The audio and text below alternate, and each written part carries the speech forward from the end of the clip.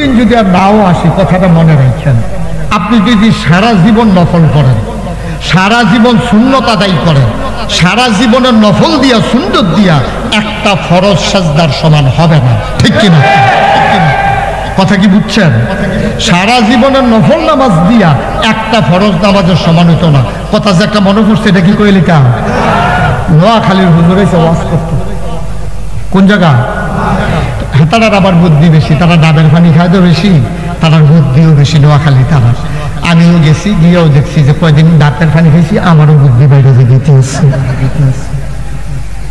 নোয়াখালীর হুজুর এসে মাহফিল করার লাগিয়া, তো মাহফিলের ভিতর দিয়ে হুজুর খুব মজার মজার কথা কইতে আছে। একবার ওনার মতো বুদ্ধিমান দাঁড়াইয়া কয়, হুজুর আপনি যে কইলেন সারা জীবনের নফল মিলাইলেও একটা ফরজ হইতো না, নফল দেখি ফাও গেল, তাইলে এত যে নফল করলাম, সবে বলতে রোজা রাখলাম, মেরাজের রোজা রাখলাম, আইয়ামে বীজ রাখলাম, সোমবারে বিশুদ্ধবারে রাখলাম, কত রোজা রাখলাম, এই রোজা দিই, নফল নামাজ দিই, তাহাজ্জুদ করলাম, এটা কি সব ফাও? হুজুর কয় না, ফাওই তো গিরি, এটি অবশ্যই কাজে লাগবে। কথা আপনি দি কইলেন সারা জীবনের নফল মিলাইলেও একটা ফরজ হইতো না, আপনি একটু কইয়া দেন যে অন্তত 100 অথবা 1000 অথবা 5000 নফল মিলাইলে একটা ফরজ হইব, এইটা খুব দূর কম। হুজুর কয় না, এটা আমি কইতে পারতাম না ভাই, আমি এটা কোনো খানা পাইছি না, আজ 40 বছর ধরে ওয়াজ করি, অনেক কিতাব পড়ছি, পড়াইছি, কিন্তু সব নফল মিলাইলে একটা ফরজ হইবে এটা আমি কোথাও পাই নাই, কোন যেত। হুজুর তো কি দিয়ে আমরা এই যে বললাম যে ওইটা না তৈলে, এটা কি ভাও গেছে? কয়টা নফল মিলাইলে একটা ফরজ হয় হুজুর, এটা হুজুর কইতেন পারেন না? হুজুরে চিন্তা করে দেখলো, এমনি তো কেউ জিগাইছে না, কি জবাব দিতাম? কিতাব দিয়া তো তারে বোঝান যেত না, কারণ কেমনে বোঝান দরকার। হুজুরে কতক্ষণ চুপ করে রয়েছে, চুপ করে থেকে আপনার দিকে সুপারি গাছ আছে নি? জি হুজুর আছে। হুজুর ডাক দেয়া কয়, আপনি জানতেন চাইছেন কয়টা নফল মিলাইলে একটা ফরজ হয়? তাইলে যতটা সুপারি গাছ মিলাইলে একটা নারিকেল গাছ হয়। এবার হুজুর সুপারি গাছ মিলাইলে আবার নারিকেল গাছ হইব কেমনে? কত নফল মিলাইলে ফরজ হইব কেমনে? সারা জীবনের নফল মিলাইলে যেমন একটা ফরজ হবে না, 1 কোটি সুপারি গাছ মিলাইলেও একটা নারিকেল গাছ হবে না, ঠিক কিনা? 1 কোটি নারিকেল গাছ মিলাইলে একটা ফরজ হবে না রে আব্বা। সারা জীবনের নফল নামাজ মিলাইলেও একটা ফরজ বানাইতে পারবা না। এই জন্য ফরজের জায়গায় ফরজ রাখবা, ওয়াজিবের জায়গায় ওয়াজিব রাখবা, সুন্নতের জায়গায় সুন্নত রাখবা, নফলের জায়গায় নফল রাখবা। ফাগড়ি বান্ধন সুন্নত। নাগাইশের ফিসাব কুমিল্লার তো হুজুর আইছে, হুজুরে কইছে ফাগড়ি বান্ধন সুন্নত। হাতে মনে মনে কয় জীবনে তো আর ফাগড়ি বান্ধা গেলাম না, সারা জীবন গেল, কোন দিন বইরা যায়। হুজুরে দি কয় ফাগড়ি বান্ধন সুন্নত, ফাগড়ি তো বানলাম না। তারপর কি মাহফিলতে সব যখন গেছে, সিফা রাস্তা দিয়া দেখে লাইট নাই, লুঙ্গিটা টান দিয়া সেরেট করে সিরা মাথাত ফাগড়ি বান্ধা লাইছে। ফাগড়ি বান্ধা সুন্নত, ফরজ বাদ দিয়া না, ঠিক কিরকম? তুমি লুঙ্গি খুললা ফাগড়ি বান্ধবা না, লুঙ্গির জায়গায় লুঙ্গি থাকবো, পাঞ্জাবির জায়গায় পাঞ্জাবি থাকবো, টুপির জায়গায় টুপি থাকবো, তারপরে না তুমি ফাগড়ি বানবা। তাইলে না তোমার সোনায় সোহাগা। ও আব্বা, ফরজের জায়গায় ফরজ রাখো, ওয়াজিবের জায়গায় ওয়াজিব রাখো, সুন্নতের জায়গায় সুন্নত রাখো, নফলের জায়গায় নফল রাখো। তখন তোমার নফল গুলা এক একটা জিলিক মারবে, ঠিক কিনা? তুমি নামাজ পড়বা না, তুমি তসবিহ লইয়া হুজুরে ফিসাব হুজুরে কইছে সুবহানাল্লাহ পড়লে আসমান থেকে জমিন, মাগরিব থেকে মাশরিক, শিমাল থেকে জুনুব, যত বড় খালি জায়গা আছে, একবার সুবহানাল্লাহ পড়ানোর লগে লগে এই খালি জায়গা পরিমাণ সওয়াব বান্দার আমল নামায় দিয়ে দেওয়া হয়। তে আজান না পড়লে তসবিহটা বার করে সুবহানাল্লাহ সুবহানাল্লাহ সুবহানাল্লাহ সকলে কয় ভাই আইয়েন না মসজিদে নামাজটা পড়ে আইয়েন। কাও না, হুজুরে যেই কথা কইয়া গেছে সুবহানাল্লাহ পড়লে পুরা খালি জায়গা পরিমাণ সওয়াব, তুমি নামাজ পড়বা কামাই করবা কত, আর আমি সুবহানাল্লাহ দিয়ে কি একটা ফেস লাগাই নিতেছি না সওয়াবে। ভাতের লগে তরকারির লগে না সালাদটা ভাল লাগে। তোমারে শুধু সালাদ দিলে ভাত যদি তরকারি যদি না দেয় তোমার রাগ হবে। তোমার ভাই তাসবিহগুলা তখন উপকার হয় যখন তাসবির আগে ফরজ আমলগুলা থাকে, ঠিক কিনা? কষ্ট হইতেছে বোধ আপনাদের, না? ছেড়ে দেওয়া দরকার। কষ্ট তো হওয়ার কথা, হয় নাকি রে? আমিন। মুসলমান মন দিয়ে শোনো, তাই আল্লাহর চিনতে চাইছিলাম, আল্লাহর চিনে নিলাম। আলহামদুলিল্লাহ রাব্বিল সমস্ত প্রশংসা কেবলমাত্র শুধুমাত্র একমাত্র রব্বুল আলামিনের জন্য। এবার আল্লাহর গোপনে চলেন জিগায়। গাজীপুরের মানুষ কেউ শোনার দরকার নাই, মনে মনে আল্লাহর জিগাব। আল্লাহ বুঝলাম আপনি হইলেন সমস্ত জগতের রব।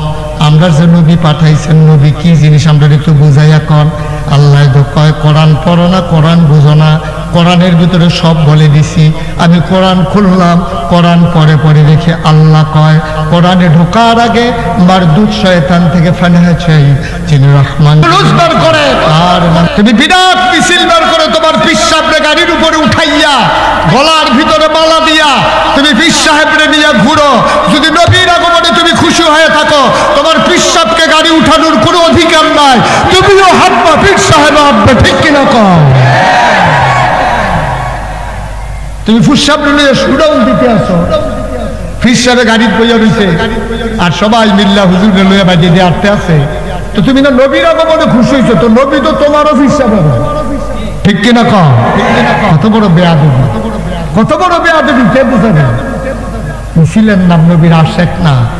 নবীর আশেক হচ্ছে নবীর তরিকা অনুযায়ী জীবন চালানো, এটা দেখো আশেকের রাসূল, ঠিক কিনা? কোন দিনের সাথে ইসলামের সম্পর্ক নাই, কোন সপ্তাহের সাথে ইসলামের সম্পর্ক নাই, কোন মাসের সাথে ইসলামের সম্পর্ক নাই, কোন বছরের সাথে ইসলামের সম্পর্ক নাই। প্রতিটি সেকেন্ড, প্রতিটি ঘন্টা, প্রতিটি দিন, প্রতিটি মুহূর্ত, প্রতিটি সপ্তাহ, প্রতিটি মাস, প্রতিটি বছর, জন্ম থেকে মৃত্যু, রান্নাঘর থেকে সংসদ ভবন, সকাল থেকে সন্ধ্যা, সব জায়গায় বিধান মানব কেবলমাত্র একমাত্র আল্লাহর, আর তরিকা মানব নবীজির, ঠিক কিনা? তরিকা কার? তরিকা কার? তরিকা কারে কয়? তরিকা কারে কয়? তরিকা কি কারে কয় বুঝছেন? আপনি নামাজ পড়বেন, এটা কার হুকুম? আরে কথা কোন, কার হুকুম?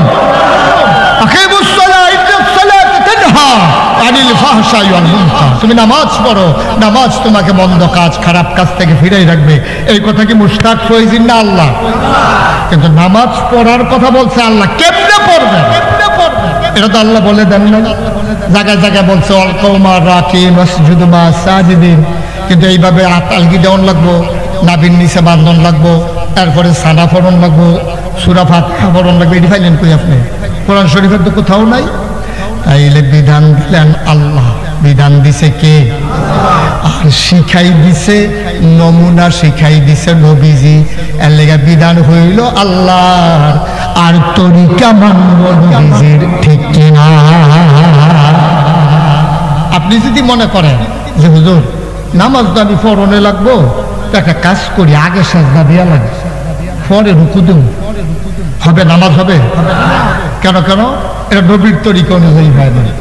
আপনি যদি মনে করেন তরকারি সবজি দেওয়া দিয়ে খাওয়া লাগবে, ডাল দিয়া প্রথমে খাইয়া লই, পরে গরুর গোস্ত দিয়া খাবো, তাইলে মহিলারা শুদ্ধ আশা গরম লাগবো। ভাইসা বেগো খানাও শিখছে না, শুরু হয়ে করছে ডাল দিয়া।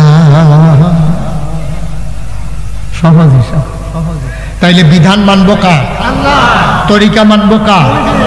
ভাই একটা সিহন কথা কইয়া যায়, চাল করে তার চলো শুরু করি, সবাই পড়ি। আউযু বিল্লাহি মিনাশ শাইতানির বিসমিল্লাহির রাহমানির রাহিম। লাকাদ কানা লাকুম ফি রাসূলিল্লাহি উসওয়াতুন হাসানা। জানতে চাও নবী কারে কয়?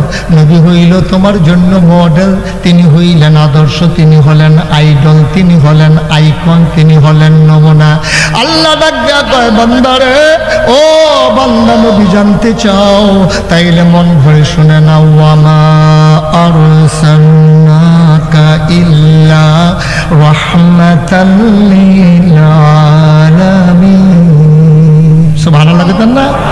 এই আয়াতটার ভিতরে এত মজা, পড়লেই কলিজা ঠান্ডা হয়ে যায়, এত মজা আয়াতের ভিতরে। সবাই আবার পড়েন, ওয়ামা আরসালনাকা ইল্লা রাহমাতাল লিল।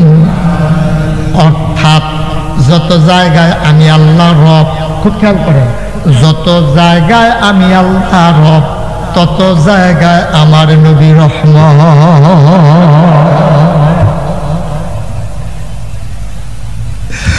মুসলমান, মক্কার কাফেরদের অত্যাচার সহ্য করে নবী আর থাকতে পারেন না মক্কায়।